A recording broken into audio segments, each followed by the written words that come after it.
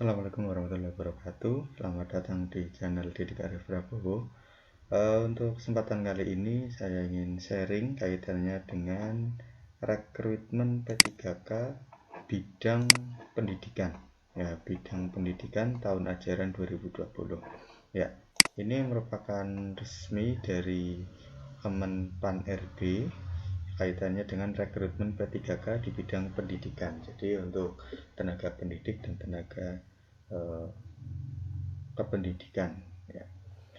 Sebelumnya ini di-share terlebih dahulu kaitannya dengan rekrutmen P3K guru berdasarkan tahun anggaran 2021. Ya, kalau melihat dari diagram ini, jumlah formasi P3K guru itu dari total formasi sejumlah 506.252 yang terisi dari seleksi tahap 1 dan tahap 2 itu sejumlah 293.860 atau di persentase hanya 58%. Ya, ini berpedoman dari data yang analisis kebutuhan yang diusulkan oleh pemerintah pusat maupun pemerintah daerah dengan total sejumlah 1.275.387 dan yang ditetapkan hanya sejumlah 667.619.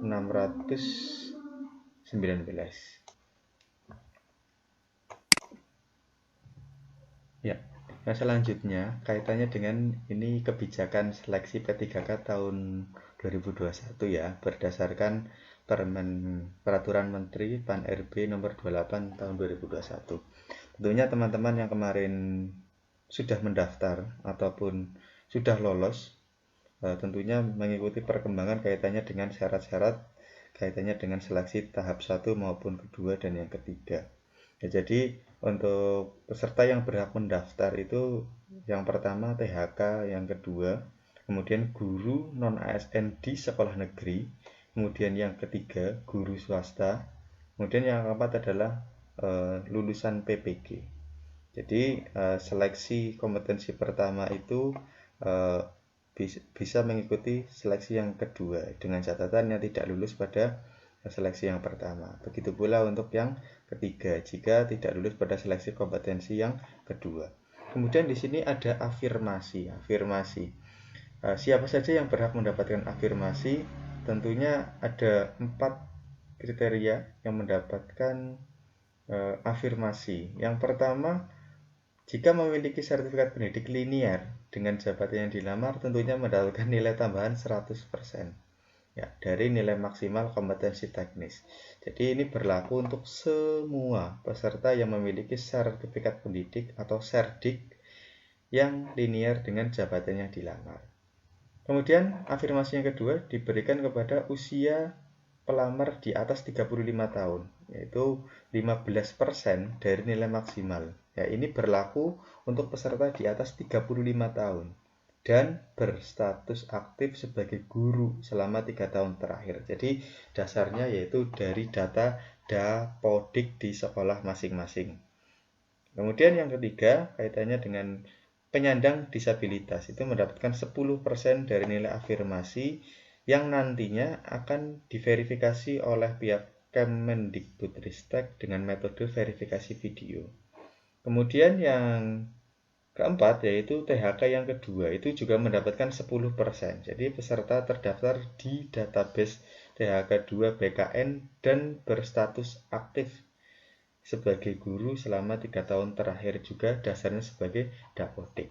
Jadi masih ini tahun 2021 itu bentuk afirmasinya diberikan kepada 4 kriteria yang sudah memiliki serdik, berusia 35 tahun dan berstatus aktif sebagai guru dan terdata di Dapodik, kemudian penyandang disabilitas dan honorer kedua ya. Kemudian ini statistik pelamar kaitannya dengan pelamar P3K jabatan fungsional guru tahun 2021. Dari kebanyakan ya, sebanyak 40.620 guru yang swasta yang lulus mendapatkan formasi. Sedangkan 44.866 guru honorer di sekolah negeri tempat dia mengajar tidak mendapatkan formasi. Nah, simpulannya bagaimana? Bahwa jumlah 293.860 guru telah lulus seleksi dan mengisi 58%, seperti yang tadi sudah disampaikan melalui bagan tersebut. Ya. Jadi ini yang mungkin ditunggu-tunggu oleh teman-teman yang kemarin belum lolos untuk rekrutmen P3K guru pada tahun 2021. Apa ada perbaikan? Ya, coba kita lihat bersama kaitannya dengan perbaikan rekrutmen guru tahun ajaran 2022 ini. Berkaitan dengan surat Deputi Bidang SDM Aparatur kepada DPJK Kemenku, ya, berkaitan dengan penghitungan kebutuhan ASN tahun 2022. Jadi di sini ada P3K jabatan fungsional guru sejumlah 758.018. Sedangkan tenaga kesehatan dan teknis sejumlah 184.239. Jadi kemungkinan ini penghitungan kebutuhan ASN. Nah, nanti berapa yang diusulkan dan berapa yang disetujui kita lihat bersama coba. Ya, untuk progres ya, jadi ini masih progres pengajuan kebutuhan P3K. Cut off-nya data itu berdasarkan dari November 2021. Jadi jumlah instansi pengusul dari Pemda itu sejumlah 514, kemudian Pemda mengusulkan untuk P3K sejumlah 391, kemudian Pemda yang mengusulkan untuk formasi guru sejumlah 340, atau di sini 62,7%. Sedangkan untuk jumlah usulan P3K guru dari kebutuhan nasional, ya, kebutuhan guru nasional itu sejumlah 758.018, yang usulan Pemda baru 16,7 atau sejumlah 127.179. Ya, bagaimana untuk mekanisme rekrutmen? Ya, jadi berdasarkan kebutuhan ASN yang diajukan oleh masing-masing dinas tersebut, kemudian penetapan kebutuhan disetujui atau tidak sesuai dengan kebutuhan. Kemudian diadakan proses seleksi CASN. CASN melamar ke formasi yang telah ditetapkan. Ya, jadi ini isunya. Jadi formasi yang diusulkan Pemda jauh di bawah kebutuhan nasional guru keseluruhan. Jadi kebutuhan tahun 2021 itu sejumlah 1.244, kemudian usulan Pemda hanya 560.000 sekian, dan yang lulus hanya sejumlah 293.860. Jadi penyesuaian passing grade untuk pemenuhan alokasi guru itu ya berbanding lurus tapi terbalik ya. Jadi ini masih kurang antara kebutuhan guru dengan usulan Pemda maupun yang lulus. Jadi yang usulan saja belum terpenuhi, apalagi mencakup keseluruhan kebutuhan guru. Jadi ini masih banyak kekurangan untuk kebutuhan guru. Kemudian ini rencananya, ini rencana ya, ini mungkin yang ditunggu-tunggu oleh teman-teman semuanya.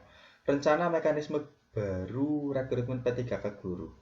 Jadi berdasarkan pengusulan formasi oleh Pemda berdasarkan data rekomendasi Kemendikbudristek.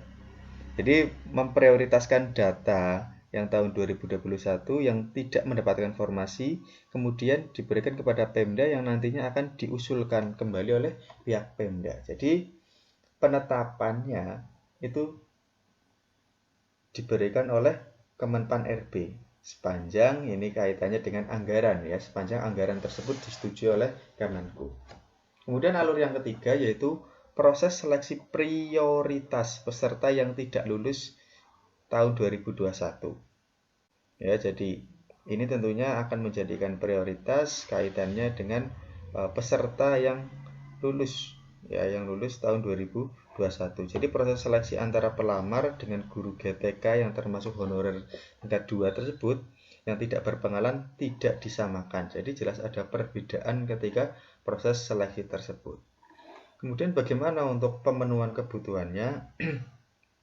Ini diilustrasikan Pak Budi, seorang guru honorer tingkat 2 mengikuti seleksi tahun 2021 kemudian passing grade, tapi tidak mendapatkan formasi karena kalah bersaing dengan guru yang lainnya di tahap seleksi kompetensi 2. Kemudian di sini dia akan dialokasikan formasi untuk Pemda di sekolah Pak Budi agar mendapatkan sekolahnya. Jadi seleksi peserta dengan metode observasi dan background check. Jadi nanti akan disesuaikan kaitannya dengan bagaimana latar belakang ataupun background Pak Budi di lapangan.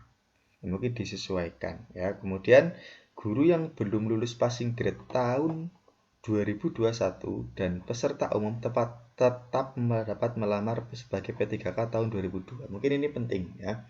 Ini amat sangat penting bagi teman-teman yang kemarin mendaftar tapi belum memenuhi passing grade, ataupun bagi peserta yang baru akan mendaftar ya. Peserta umum yang baru akan mendaftar itu tetap bisa mendaftar atau melamar sebagai P3K guru tahun 2022. Kemudian bagaimana rekrutmen guru? Jadi dari pemenuhan kebutuhan, penempatan, kemudian proses rekrutmen itu saling beririsan. Jadi ini yang nanti akan menjadi terobosan di tahun 2022 ini. Ya, kita coba lihat jangka waktunya kaitannya dengan perencanaan dan pengadaan ASN tahun 2022 ini. Ya, mungkin dari kemarin formasi tahun 2021 pada bulan Maret itu diadakan pengusulan formasi, kemudian diadakan penyeleksian, kemudian mendapat persetujuan dari Ban RB dan Kemenku, kemudian pada akhirnya pada tahun 2022 ini nantinya akan diadakan seleksi P3K jabatan fungsional guru. Jadi pada tahun 2022 sampai Mei ini Menteri Pan RB menetapkan formasi 2022 untuk jabatan fungsional guru. Ya, kurang lebih itu kaitannya dengan informasi sementara berkaitan dengan kegiatan rekrutmen P3K jabatan fungsional guru.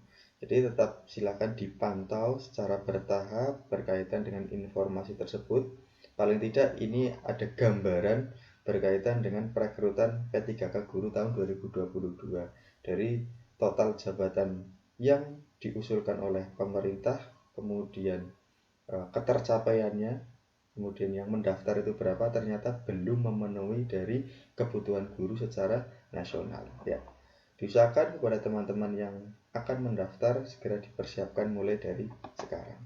Sekian, kurang lebihnya mohon maaf. Assalamualaikum warahmatullahi wabarakatuh.